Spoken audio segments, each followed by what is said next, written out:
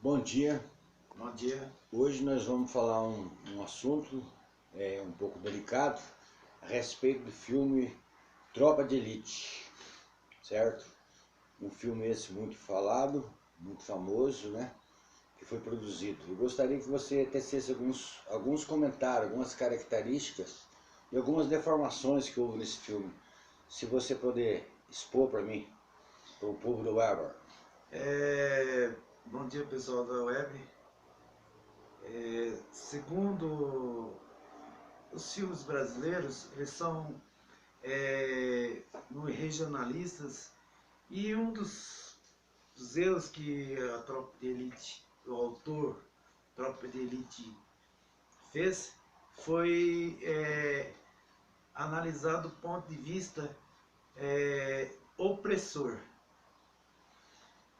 Vendo a formação de um BOP, que na verdade não existe aquela formação.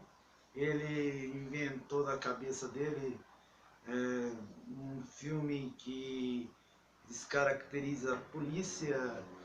Ele diz que dentro do próprio filme fala que é mais dentro para a área do que a tropa israelense, muito mais preparada até que a própria SWAT dos Estados Unidos.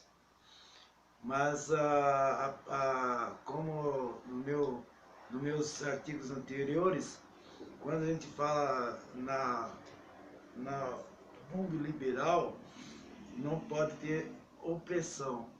Ele quis retratar uma opressão autoritária. Autoritário. O comandante que queria que era para substituir o ator, né, principal, para buscar alguém para substituir. Ele teve que fazer todo aquele processo de selvageria, pede para sair, buscando, falando da que a polícia tinha que fazer aquilo. O hino deles são, você sabe muito bem como é que é o hino, como é que é o hino mesmo?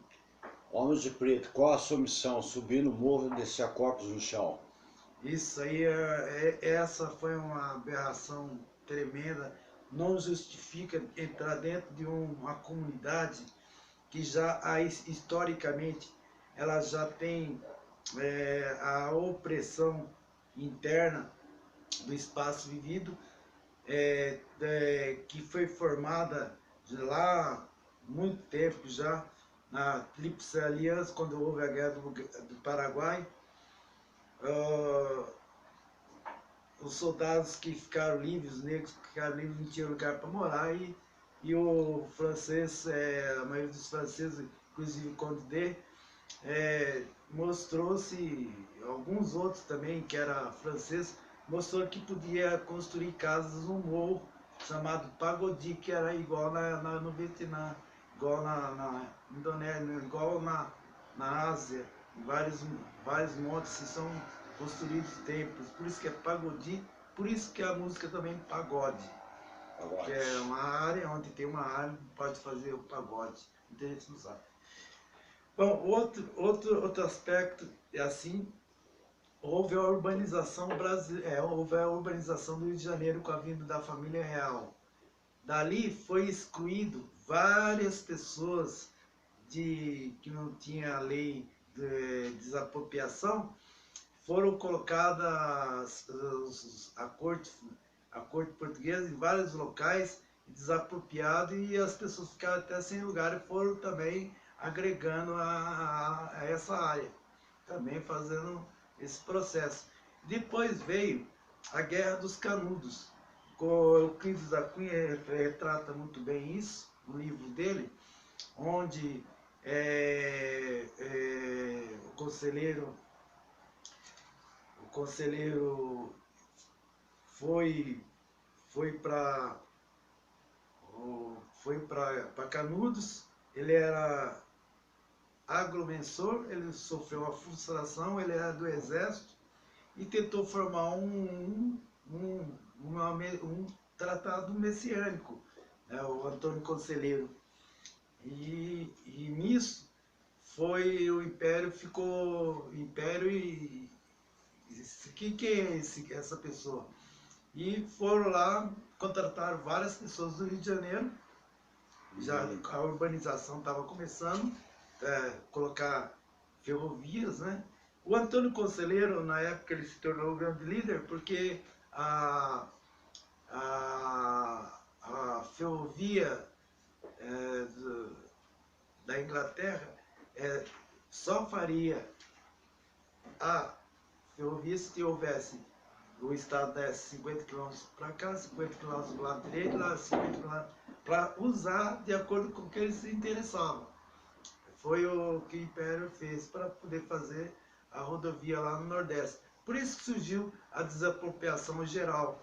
Houve a formação do cangaço e as pessoas ficaram sem ir para ir. E o Antônio Conselheiro sabia muito bem e colocou ele num lugar bem, como agrimensor, sabia onde tinha as terras que era devolutas, não tinha um lugar bom. E lá tinha formou-se uma comunidade onde, através da fraternidade, eles conseguiram sobreviver lá. Eles não sabiam se era tal coisa, mas acharam que ele era perigoso. E ele não queria uma posição dele, se fosse república ou monarquia. E como ele não tinha posição, e falou, não vamos deixar formar um país religioso aqui, né? No Antônio Conselheiro. E resolveram fazer essa guerra e contrataram muitas pessoas do Rio de Janeiro. Muitos carioca. Carioca significa cari, área em torno da oca. A oca. Então, onde vivia os tupinambás, né? A oca é uma grande oca, em cima vivia, antropologicamente se diz que lá viviam os antepassados que guardavam embaixo, por isso que era sagrado, a oca, né? Todo mundo podia entrar lá e até era bem-vindo, porque lá era sagrado. E o Antônio Conselheiro foram para lá. E lá tinha muita, as flores chamadas favela.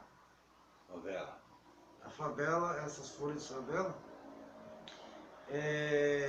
voltaram, ganharam a guerra do Canudo, voltaram, massacraram lá, voltaram para cá. Só que, como o Rio de Janeiro estava no processo de industrialização ferrenha, eles também foram desaparecidos, não tinham lugar para ir morar.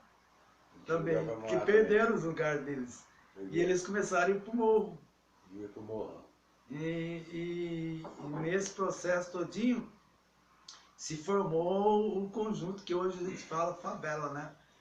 Que é um termo que veio lá da Guerra dos Canudos. Não foi criado no Rio de Janeiro, não foi criado. Foi criado pelos pessoal que batalharam e falaram, nós não vamos ter onde viver, nós vamos ter que viver no morro. E como eles são um meio povo generoso, povo que gosta de divertimento, de uma alegria, né? E colocou eles lá, vamos colocar o nome disso aqui de favela. Eles ficou sendo favela. E o autor, quando ele joga, aí o Estado veio no processo de urbanização brasileira, a partir de 70, com o mito do desenvolvimento brasileiro, ali se criou uma mão de obra barata. Barata para poder suprir, porque no Império ficou as quintas, os duques, os condes ficaram nos melhores lugares, enquanto a população brasileira ficaram nessa angústia, porque tinha que botar um porto, fazer as empresas virem para o Brasil. Por isso que eu sempre falo, quando há uma internacionalização brasileira, só que também tem um impacto. E esse foi um dos maiores impactos, um desenvolvimento, teve um impacto. Só que na época foi um impacto onde não houve um processo de democracia, né, que nós temos hoje. E o filme foi movido por um mundo democrático. Como pode, no Brasil democrático, uma polícia chegar lá e fazer tortura? Ora, jamais. Mostra um caráter altamente violento, né? Violento, tortura e buscar. Então, o espaço vivido que tem lá tem gente muito boa. Só que nesse processo de falso, que houve falso desenvolvimento, que é ter desenvolvimento, que veio empregado desde Getúlio, inclusive fala que hoje o Lula fala, né, o Dilma fala, falaram do Getúlio, que eles vangloriam o Getúlio. E antes era contrário, não dá para entender. Então, o autor, ele deixou a desejar, mostrou para o mundo um Brasil violento, onde não respeita, onde há um autoritarismo por parte do Estado e por parte, depois desse falso, houve a vida do narcotráfico, ficou os dois. E aumentou mais ainda a violência, ainda mostrando a R15, mostrando que pode ser buscado a R15, etc. O Estado, ele, como eu falei do liberalismo, ele precisa de segurança. E eu, se for um policial na academia Barro Branco, em São Paulo, qualquer academia, polícia, não existe aquele tipo de tratamento. Não existe. Há toda uma logística, uma inteligência e professores capacidade para poder agir psicologicamente para o indivíduo sair de lá apto a tratar o cidadão.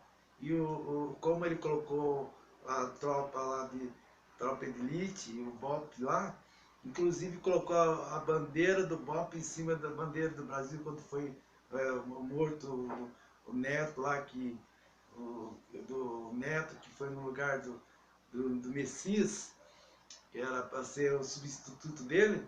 Então mostrou que é uma neurose psicótica do autor. Totalmente. Uma neurose que passou para o mundo. Isso aí. Passou por ainda que é tropa de elite 1, 3, 2 e 3 agora. Estou querendo fazer isso. Não consegue desenvolver um filme universal brasileiro. Na verdade, o cinema brasileiro sempre contou com a Ancine, não deixa vir Hollywood. Hollywood está montando um estúdio na China, mas não está montando aqui. Então, sempre dependendo do Estado, a cultura dependendo do Estado. Como o liberalismo clássico do Stuart Mill que eu falei, segurança, saúde, educação, tá? São os pilares do liberalismo. E ele me coloca uma extrema violência dentro do processo onde depois surgiu tipos de colocações que os próprios narcotráficos já sabiam também de ponta. Então, só uma atuação do Exército com pente fino, com a legalidade, é que pode fazer aquilo. Só. Um estado de sítio. Um estado de sítio. Que pode fazer aquilo. Aí sim, um então, estado de sítio. Eles atuam no sentido como se fosse o Na exército. ilegalidade. Na ilegalidade. O filme mostrou isso. Mostrou a ilegalidade. Mas o Estado, quando vai fazer alguma coisa, ele tem que ter a preocupação. Ele não faz isso aí. Jamais o governo do Rio de Janeiro ia tentar fazer um processo igual aquele lá. Porque há uma coisa na Constituição que tem que ter um mandato judicial, etc, etc. E só o Exército pode fazer um pente fino mesmo, chamado pente fino que a gente fala. Chegar lá e com o estado de sítio e fazer a peneira. E mesmo para poder fazer a segurança. Essa é a função do exército que foi feito no Haiti também, né? E você acha que houve então uma inversão total no filme nessa questão? Ela supõe, foi uma aberração então. Aberração é um filme que é, é um filme violento, Violento. mostra uma favela que é violenta, que o cidadão fica nas mãos da polícia e dos bandidos. Dos bandidos. Dos narcotráficos. Então, se não há um ao outro. Um ou outro, está submetido nessa. E isso é incompatível com a segurança, no liberalismo. Totalmente. E como é que pode ser financiado pelo Ministério da Cultura? Se não houve financiamento, como pôde? Até acho que ele foi, não sei se ele foi o autor do filme do Lula, né? Me parece também que ele é um dos articuladores. Do filme do Lula, que mostrou ele como líder, etc, etc, né? É isso.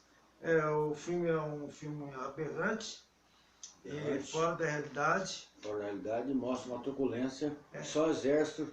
Só exército. E a própria polícia, quando é formado dentro, a família torna também policial.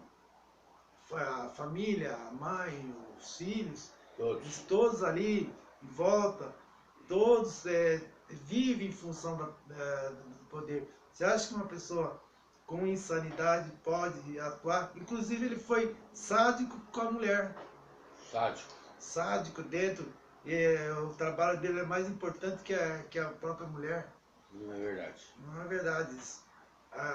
Tanto que a mulher separou dele no finalzinho, que ele queria, de toda maneira, é um masoquista sádico, queria um líder e um salvador pro Bob.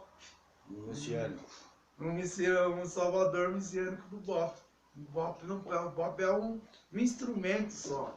Um instrumento. De segurança. Não daquele jeito. Não daquele jeito. Mais alguns comentários assim para. O comentário que eu vou fazer agora é assim, que faz um pouco a altura. Daqui talvez a 6 meses vai estar pronto os princípios do liberalismo, as noções do liberalismo do Stuart Mill, e com adendo meu, com os artigos que eu faço. Se puder alguma, como o Norte falou que vai estar precisando do trabalho de jornalista, eu vou precisar de alguma editora aí, eu vou lançar. Vou mandar para algumas editoras, se tiver oportunidade, pode lançar para eu poder ganhar um dinheirinho a mais. E vou botar a vida de professor também. Agora, deixar um pouquinho de jornalismo. Mas o próximo assunto que eu vou abordar são 100 anos de solidão. Um argentino de cunho universal. Exato. Chamado 100 anos de solidão. 100 anos de solidão. Isso a gente vai trabalhar até janeiro, mais ou menos. Então até esse período nós vamos deixar de filmar um pouquinho e puder mandar contribuição aí pra gente aí. Porque a gente são jornalistas e tem boa intenção, mas não temos condições financeiras para poder suportar sem um patrocinador, sem um emprego fixo. Exato. Então, obrigado. Muito obrigado aí, Paulo Weber. E eu vou voltar para minha vida de canto. Se alguma escola quiser também algumas palestras minhas, estarei aí à vontade. Tá certo. Obrigado pela atenção. E tem bons atores que podem fazer, mas não tem filmes universalistas ainda. Universal não. A televisão também fez a cabeça do povo brasileiro, o imaginário do povo brasileiro. Trabalhou. Imaginário dos ídolos, né? Dos ídolos. Que você até falou antes. Muito obrigado pela atenção e até a próxima. Falou, obrigado, hein? Valeu. Deu, ó. Joia.